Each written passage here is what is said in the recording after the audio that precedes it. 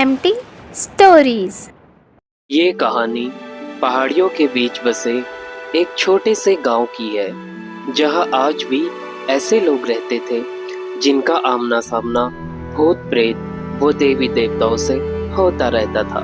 इस गांव के समीप एक जंगल है, या फिर ये कह लो कि एक रहस्यमयी पिटारा है, जिससे आए दिन नए नए रहस्य सामने आते रहते थे। पिछले कुछ दिनों से शाम के 6 बजते ही इस गांव में एक ऐसी सुगंध आ रही थी जो हर किसी को अपनी तरफ खींच रही थी।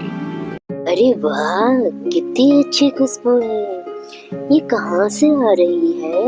ये खुशबू तो जंगल की तरफ से आ रही है। बच्चे, इस खुशबू का पीछा मत करो, वरना बाकी बच्चों की तरह तुम भी गायब हो जाओगे।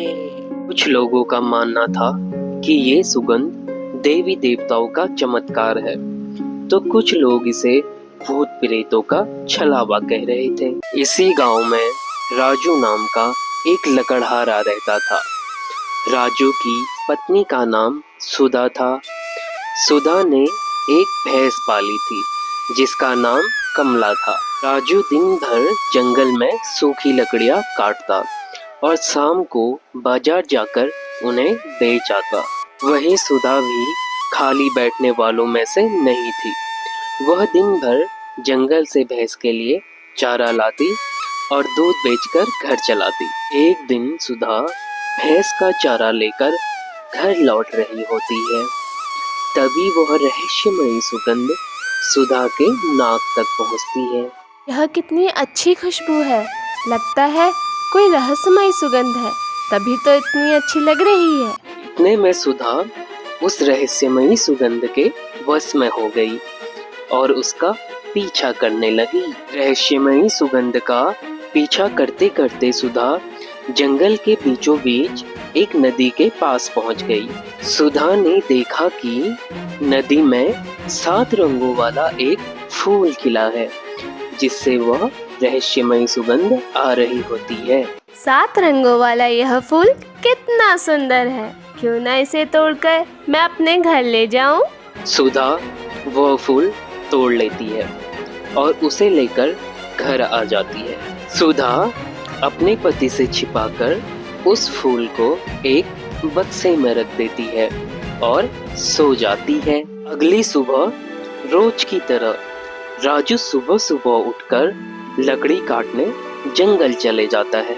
राजू के जंगल जाने के बाद सुधा उस बक्से को खोलती है जिसमें उसने 7 रंगों वाला वह फूल रखा था। जब सुधा ने वह बक्सा खोला तो उसका मुंह खुला का खुला रह गया, क्योंकि 7 रंगों वाले फूल के स्थान पर वहाँ एक छोटी सी लड़की होती है जिसने 7 रंगों वाली एक फ्रॉक पहनी होती है। मुझे ठंड से बचाने के लिए धन्यवाद सुधा।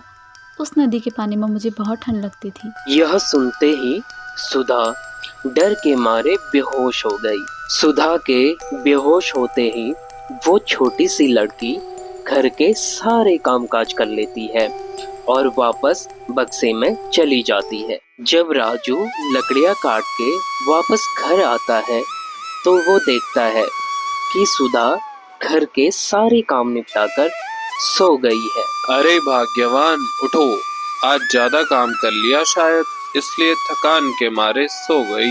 राजू की आवाज सुनकर सुधा को होश आता है और वह चुपचाप उठकर भैंस को चारा देने लगती है। दोपहर के खाने के बाद राजू फिर से लकड़ी काटने जंगल चला जाता है। राजू के जाने के बाद सुधा उस फूल को लेकर जंगल जाती है और उस फूल को नदी में बहा देती है। घर आने के बाद सुधा चैन की सांस लेती है और राजू को खाना खिलाकर सो जाती है। रात को सुधा सपने में देखती है, मुझे मायके मत भेजो, मुझे ससुराल जाना है। मुझे मायके मत भेजो, मुझे ससुराल जाना है। सुधा रात भर यही सपना बार बार देखती है। अगली सुबह पूरा गांव एक महामारी के चपेट में आ गया। पूरे गांव में एक अजीब सी दुर्गंध फैल गई। जिसे सूंघकर हर कोई बीमार पड़ने लगा। सुधा का पति भी इस महामारी की चपेट में आ गया। सुधा रोते हुए मंदिर गई और देवी माँ से बोली, माँ, मेरे पति भी उस महामारी की चपेट में आ गए हैं, कृपया मेरी मदद करो। तभी मंदिर से आवाज आती है, पुत्री, जो फूल तुमने नदी में बहा दिया था उसे पुनः अपने गांव में प्रतिष्ठित करो। यह महामारी दूर हो जाएगी। परंतु वह फूल कहाँ मिलेगा? यहाँ से जब तुम 9 पर्वतों को पार करोगी तो वहाँ तुम्हें एक सरोवर मिलेगा। उसी सरोवर में तुम्हें वह 7 रंगों वाला फूल मिलेगा जो तुमने नदी में बहा दिया था।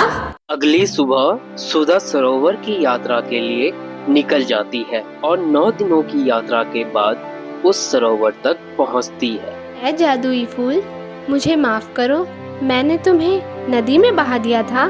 कृपया मेरे साथ मेरे गांव वापस चलो। सुधा की पुकार से वह फूल लड़की के रूप में बदल जाता है।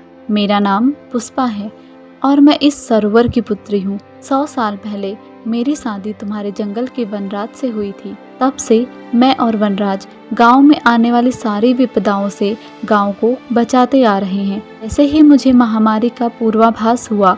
मैंने अपनी चमत्कारी सुगंध से गांव की रक्षा की, लेकिन जब तुमने मुझे नदी में बहाया तो मेरे साथ साथ मेरी सुगंध भी बहकर इस सरोवर में आ गई। सुधा पुष्पा से विनती करती है और वापस उसे अपने गांव ले आती है। गांव में लाकर सुधा और राजू उस चमत्कारी फूल के लिए एक भव्य मंदिर का निर्माण करते हैं।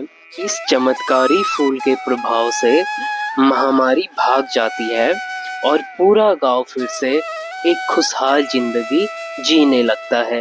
वनराज और पुष्पा ने मिलकर आने वाले कई 100 सालों तक महामारी से इस गांव की रक्षा की।